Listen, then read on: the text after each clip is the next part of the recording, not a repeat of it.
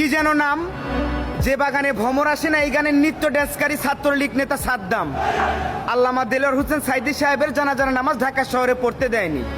ভাগ্যের কি নির্মম পরিহাস, মাত্র কয়েকটা দিনের ব্যবধানে সে তার নিজের বাবার জানাজার নামাজেই শরিক হতে পারেনি।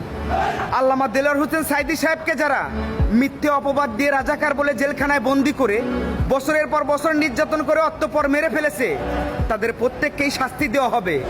আল্লামা দেলোয়ার হোসেন সাইদী সাহেবের বলে যাওয়া প্রত্যেকটা কথাই আজকে তাদের জীবনে লাইভ চলতেছে। আল্লামা দেলোয়ার হোসেন সাইদী সাহেবের উপরে যারা মিথ্যে অপবাদ দিয়েছিল, আজকে তাদের কারোরই ঘরে থাকার ভাগ্য হচ্ছে না।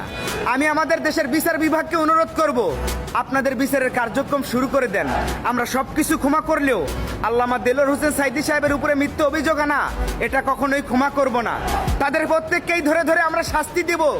আর এই আল্লামা দেলোয়ার হোসেন সাইদী সাহেব যে নির্দোষ নিরপরাধ ছিল, এটাও আমরা এই দুনের বুকেই প্রমাণ করে ছাড়ব।